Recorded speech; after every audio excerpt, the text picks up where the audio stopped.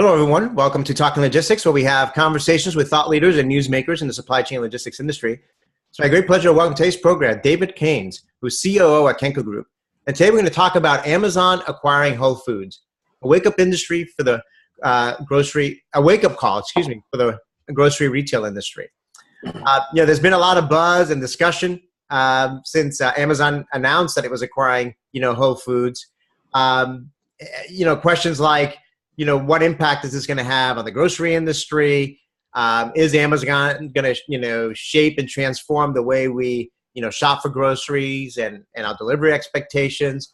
What impact and response should other grocery retailers take? And, what are some of the ripple effects that this might have to logistics service providers and others more broadly? So certainly those are some of the questions that I've seen discussed out there, and it's certainly some of the questions we're going to talk through a little bit today. And it's great to have David on the program, obviously on the front lines of this, at a leading logistics service provider working with, clients in retail and CPG and other industries. So it's always great to get kind of the perspective of what he's seeing and hearing there in the front line. So David, welcome to the program. Hey, great. Thanks to be here. David, we've had some of your colleagues on Talking Logistics before, but this is your first time. And like I like to do whenever we bring someone new into the program, I'm always interested in how they got involved with supply chain and logistics to begin with. So, why don't you briefly tell us a little bit about your career path and, again, how and why you got involved with, logistics and what your current role and responsibilities are there at Kenco? Sure. Well, I've been with Kenco since 2002, so I actually just celebrated my 15th anniversary in May. But my career started with KM Logistics in Memphis, Tennessee, and KM was an aftermarket auto parts distributor serving Cummins diesel engine. It was a great building to sort of cut your teeth into. It was a large building, heavy head count, had all kinds of services in it, from sort of large distributor orders to parcel orders to packaging to even deconstructing old diesel engines and all kinds of jobs in it. So it was an awesome place to learn the business. But been with Kenco since 2002. Presently, I'm Chief Operating Officer of Kenco Group. We've got a family of companies, 5 in total, and I'm responsible for the 3 operating companies today. So logistics, transportation, and material handling. We also have a real estate division and then our shared services company, management services at corporate office. Great. Well, great tenure there. 15 years is certainly, a good length of time to be with a company. It's kind of rare these days to see, folks with that kind of tenure. But obviously, a lot has happened in 15 years. And, yep. Like I always like to say, there's never a dull moment in this industry. So it's part of the reason I love it. It's definitely evolving rapidly, and it's crazy how much has changed, obviously, in those 15 years. Dramatic. Yes. And obviously, the topic for today is just another example. Like I said in my opening remarks, when the news came out that Amazon was acquiring Whole Foods, just about every, industry publication, mainstream media, tons of commentary and discussions about what this means. And, a lot of buzz, a lot of excitement, and in some cases fear too. Do you see this? Let's go right to the heart of the question. Do you see this as a wake-up call for the grocery industry? What message is Amazon sending here? I think you're kidding yourselves if you don't see it as a wake-up call. I don't know if you saw it or not, but Jim Tompkins put together a white paper. I think he published it last week, called Food Fight, and I'd recommend it to anybody who wants to know more. It's really well done. Coming out of the Monarch Alliance that Jim's put together to offer basically, alternatives to what Amazon is doing in the digital business, e-commerce side of things. But Jim goes to great lengths in there to sort of talk about the condition of retail in the U.S. and around the globe. And the model is broken in so many ways. You can see it in the statistics. It seems like every time you open up the Wall Street Journal, you got another retail business either filing bankruptcy or closing its doors completely. The statistics on mall closures I saw last week, it's just pretty crazy in terms of what they're predicting the next 5 years, and how retail is just going to take a hit. And certainly, grocery is no exception to that at all, with what they're going to experience. And the grocery business itself has always been sort of a brutal, tight margin business. And you think about Kroger. I think Kroger, there was a statistic in there that talked about how many quarters in a row they'd had same store sales improve, and now all of a sudden that trend has really reversed on them. And so what's true of retail is true for sure inside of grocery. And this is definitely, I see it as a big wake up call for them. It's going to be a shift, and it's going to be exciting really to see what they do. Yeah, no, absolutely, and we'll definitely check out the white paper you referenced there.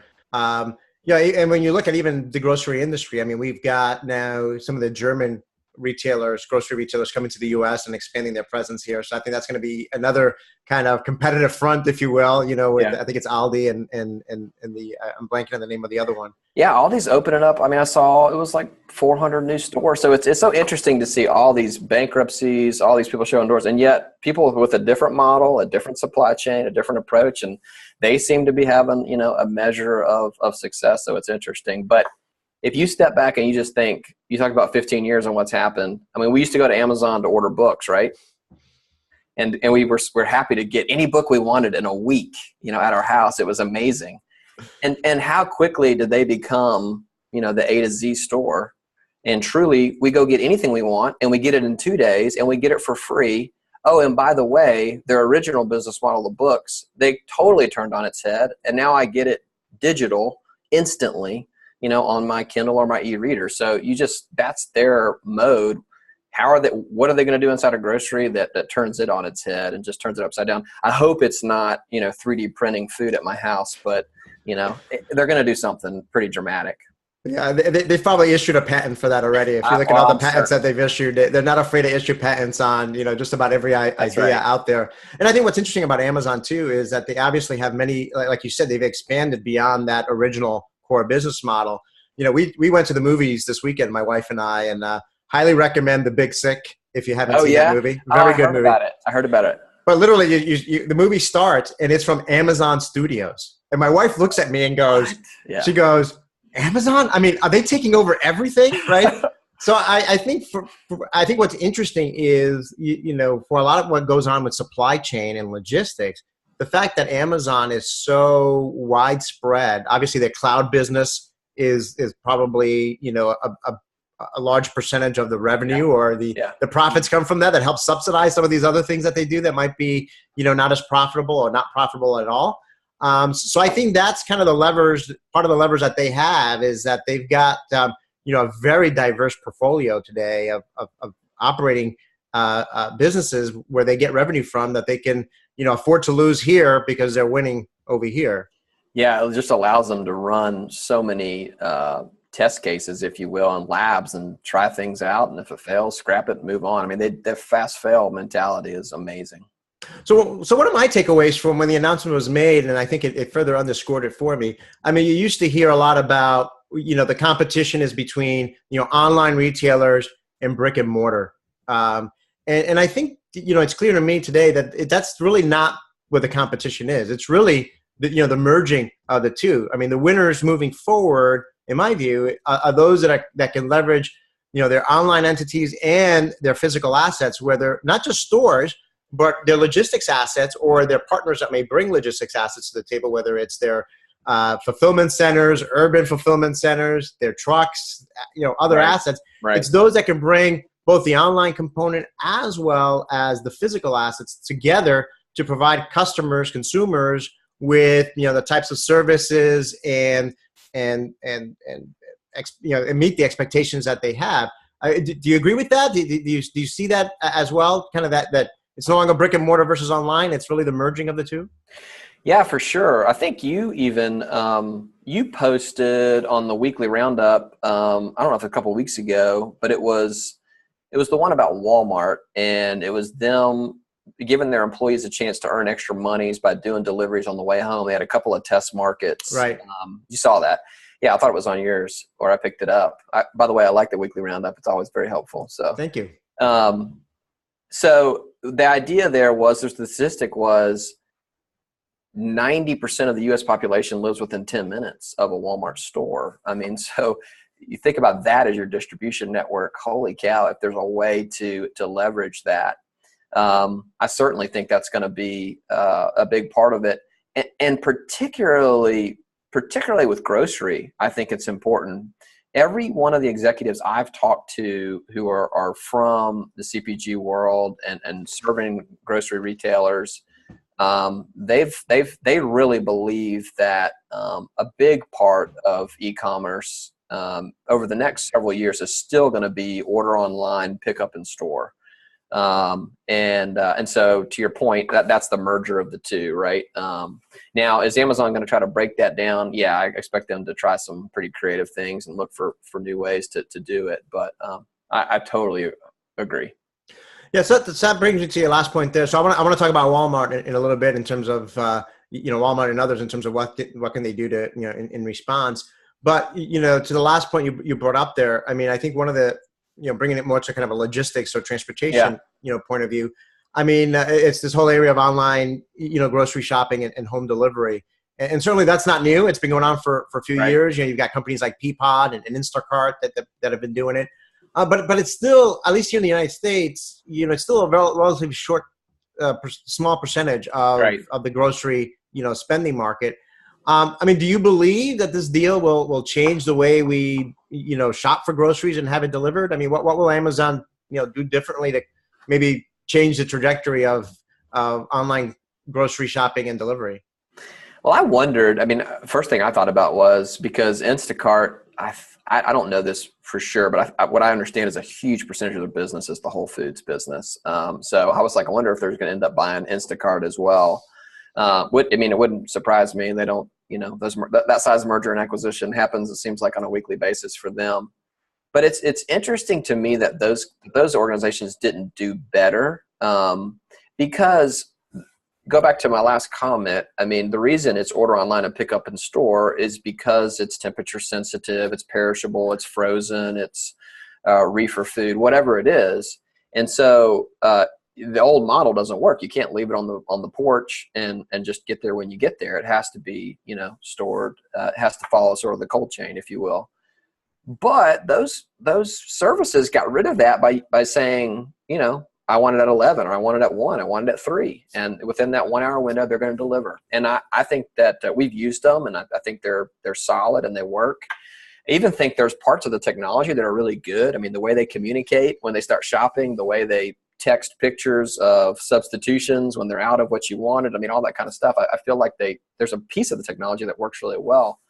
But it's, first of all, it's very expensive. I mean, you literally have one shopper for one consumer going to the store, driving to a house and delivering it. And so to end up making that financial model work ends up being very expensive for the consumer.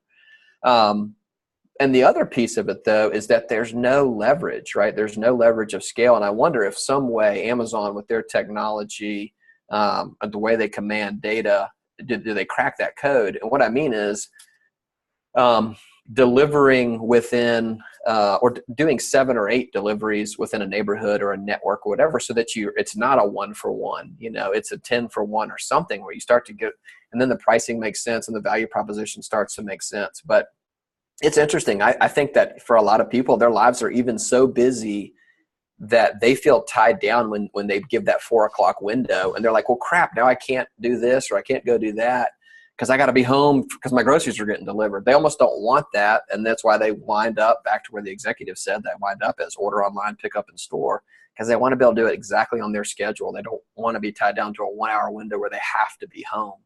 So It's interesting.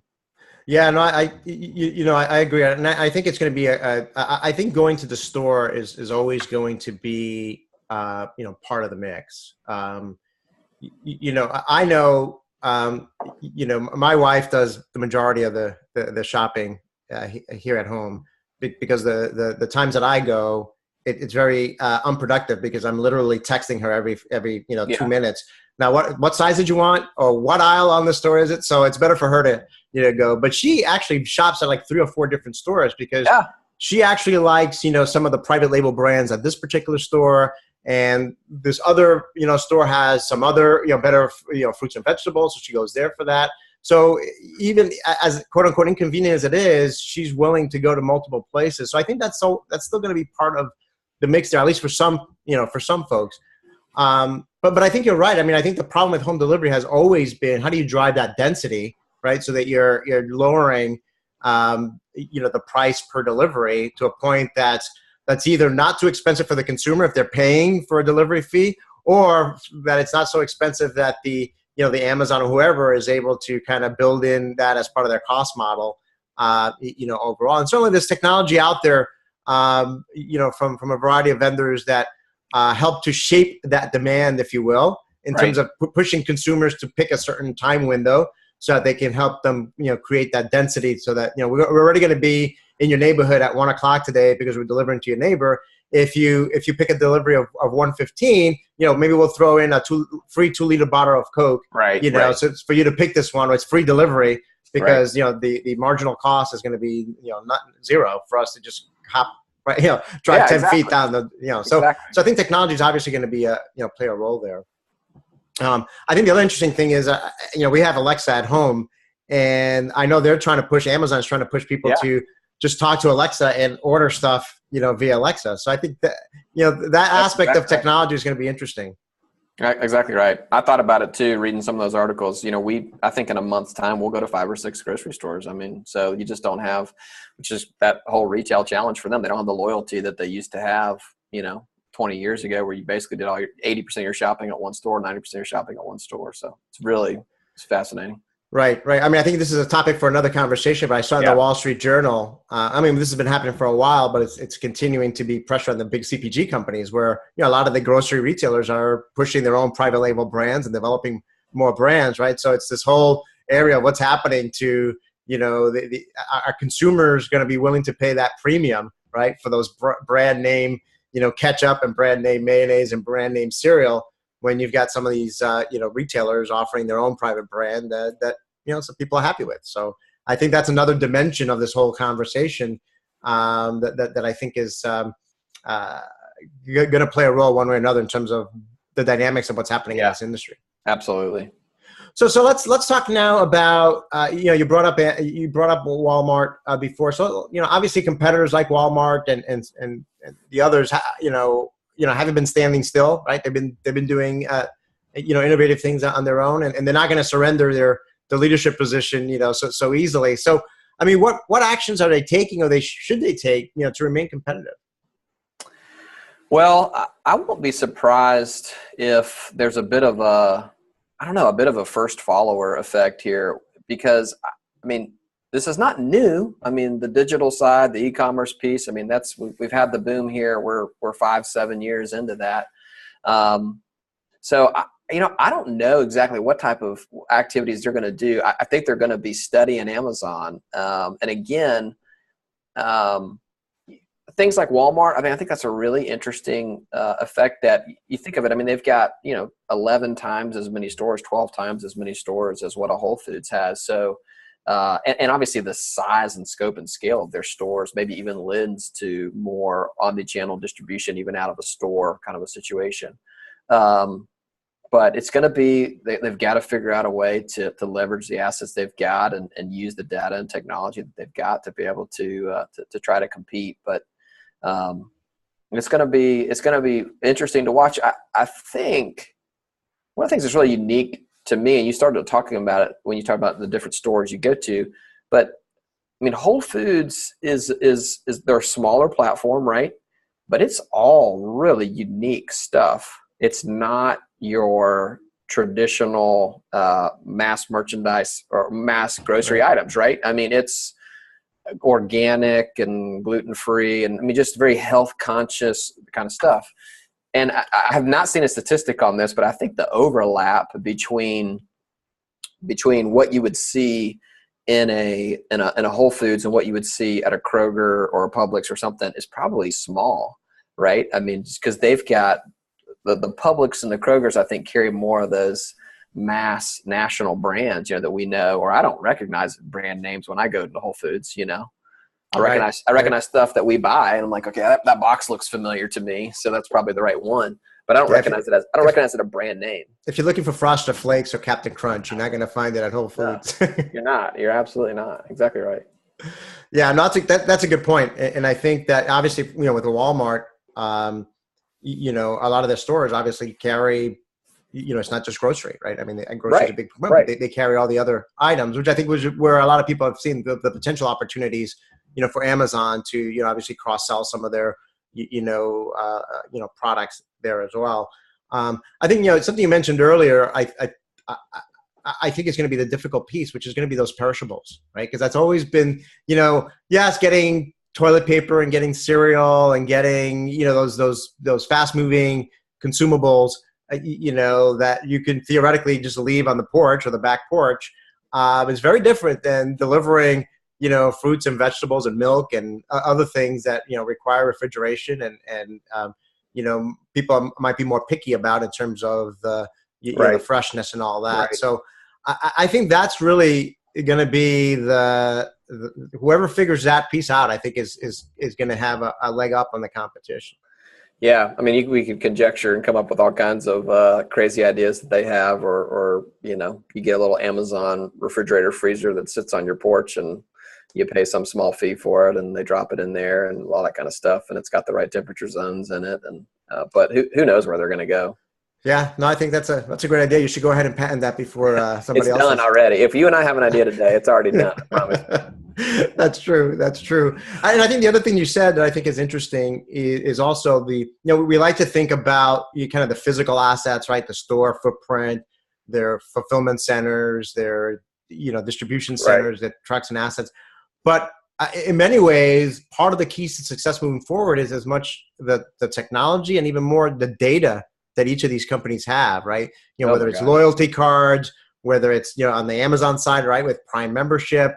So a lot of the data that they have and how to, leverage kind of machine learning, artificial intelligence, and really mining that, I think that's going to be another key capability. And I was up in Wisconsin on a sales call last week with a huge food company, $6 billion company, and I just said we were betting. I mean, how long until Amazon private label food stuff is in Whole Foods? I mean, they're the masters of getting that data, understanding where the biggest margins are, and then going out and doing the contract manufacturing and putting their brand on it. So I bet there'll be 2 or 3, CPG food brands for Amazon private label that are being Whole Foods here, before we turn around. Right. No, that's an easy bet to make. I think that's that will certainly happen sooner rather than later. So let's talk now. The ripple effect of this. As a logistics service provider, I mean, what is there a ripple effect of this deal, and what's happening even more broadly in retail and CPG, on the 3PL industry? I mean, are the rules for success, for 3PLs changing too, and if so, what ways? I think what's interesting is that I'm talking to CPG leadership. I think that for them, when they thought about e-commerce and they thought about digitization, the complexity was, they only controlled a certain percentage of the shelf in a certain percentage of the aisles, And so the idea that somebody would get online and go to their e-commerce, market and buy the 3 or 4 things they need from them, and then get on somebody else's and buy the 3 or 4 things they need from, you know what I mean? Because the same person doesn't make the pickles and the mustard and the bun and all that kind of stuff. You'd have to go different places. So they a lot of times they're sitting back going, somebody's got to be the ultimate aggregator of this total basket of goods, so that the consumer can get online and order the full basket of goods, across the store, if you will. And boom, I mean, with the acquisition of Whole Foods, now you have the largest ever and the best ever e-commerce company. It owns the retail side of it, and they own that entire basket of goods. And now what we said though before, I still think holds is it's interesting because it's a unique basket of goods and it's not these big brands. So that kind of goes back and ties in my mind to that first follower. If Walmart and Kroger and Publix and whoever else you want to list out, watch what Amazon does with the Whole Foods model, are they then able to take the mass market brands and apply a similar strategy to it? They've got better density with brick and mortar, whatever the case might be. What can they get their technology up to speed with wherever Amazon goes to be able to serve the market, and take care of consumers in a new and exciting way. So it's just going to be interesting to see how it plays out. I'm glad there's a Whole Foods here in Chattanooga, because where we're headquartered, where Kinco's headquartered, I get to, watch that little laboratory for Amazon and see how they change and move and what they do. But for a 3PL, I think it's Amazon, of course, does their own logistics, right? They're not outsourcing contract logistics. I mean, they have transportation partners and those kind of components. But a lot of those other retailers do have, third-party providers. And I think part of it is, how do you stay in tune with what they're doing? How do you keep your client in tune? How do you help your client, as I've heard you say, make better decisions faster, harnessing the data? And then if it is a first follower strategy, help them to be, the best first follower they can be and do it well, to be able to compete with wherever Amazon takes this grocery retail experience. Yeah, I mean, in my mind, a few things. I mean, you hear a lot about, the buzz terms, flexibility and agility. But I think in many ways, a lot of companies look to their 3PLs to help them become more flexible, agility, right? To help them pivot faster, or help them launch a new service, or address a particular segment of the market, faster than they can conceivably do it themselves. Right. So I see that as one area that 3PLs can potentially help in. And the other one is just trying to help level the playing field a little bit, right? So, I mean, the Walmarts, they're going to do their things, right? Target's going to do their thing. I mean, they're big enough. They've got the capital, they've got the existing assets that they're going to, even though they may rely on 3PL partners to help them along the way. Right. But they've got for the most part, the assets and the talent and the technology to at least, try to battle on their own. But, then when it quickly falls down from there, right? I mean, you've got a lot of, middle players or local providers, mom and pop shops, perhaps. Right. And, I think that's an opportunity too for 3PLs to help those folks, level the playing field. Yeah, absolutely. Absolutely. Yeah. Cause I think, I think it's I love going to some of the local, stores here and so it'll be interesting to see what happens, what happens to the rest of the market beyond the very big players as well. It's nice to have a front row seat. Exactly. So, David, we're running short on time here, so I'm just going to go right to my last question here. I mean, as a way to wrap up, I mean, what advice or recommendations would you give to grocery retailers to, in response to this Amazon, Whole Foods deal? I think we've said it a couple times, but I would get ready. It'll happen fast. Amazon, with that fast fail strategy, they're going to run things through. They're going to try to figure out a model that works. So obviously you got to be prepared, but I would say, in some ways, do what Amazon's done, and in a much smaller scale, do what Kinco's done over these years to be successful, which is you got to invest in people. That's where it all starts, and then support those people with technology that can drive best-in-class processes. And then I think second to that, or in tandem with that, rather, is listen to the voice of your customer and understanding what they're really asking for, and how do you meet and exceed those requests and those needs. And can never go wrong, right, with that approach, with investing in people, processes, and technology, and then driving towards serving the voice of your customer as best you can. And I think that's what Amazon's really doing, and I know that's what Kinco is striving to do, and part of why we've been successful. Yeah, no, great advice. I mean, certainly I see that as well. I mean, I think across all industries, I think there's this move to, really putting the customer at the center of the supply chain universe, and then understanding what impact that has, across the different processes. And I think the other thing that I think is going to be important, I think Amazon does particularly well, is they have a very quick decision-making process, right? So they're not mired in multiple layers of decision-making, or, it's a classic change management. It's the ability to really not be afraid of failure, really making, the right decisions in a relatively quick, time frame. Because, in this day and age, you can't afford to wait, 6 months, 9 months to make a decision that, in today's market really should have taken a week to make, right? Yeah, so, right. No, I think that's a critical element there. Well, David, like I always say at the end of all our episodes, we always just manage to scratch the surface on these topics. Right. And of course, this one's still early on. So it's going to be interesting to see how it evolves over the next, weeks and months and years. But I think that, certainly we provided some good food for thought and and some ideas of potential directions that this might, take the industry in. So again, thank you for making the time to be with us today. I enjoyed it. Great. I want to thank those of you that joined us. If you're watching this episode on demand, either at the Kenco website or on Talking Logistics, and you've got a question or a comment for David, you can post it there, and I'm sure that he'll be more than happy to respond via that medium. Again, thank you all for joining us today, and look forward to seeing you in a future episode of Talking Logistics. Have a great day.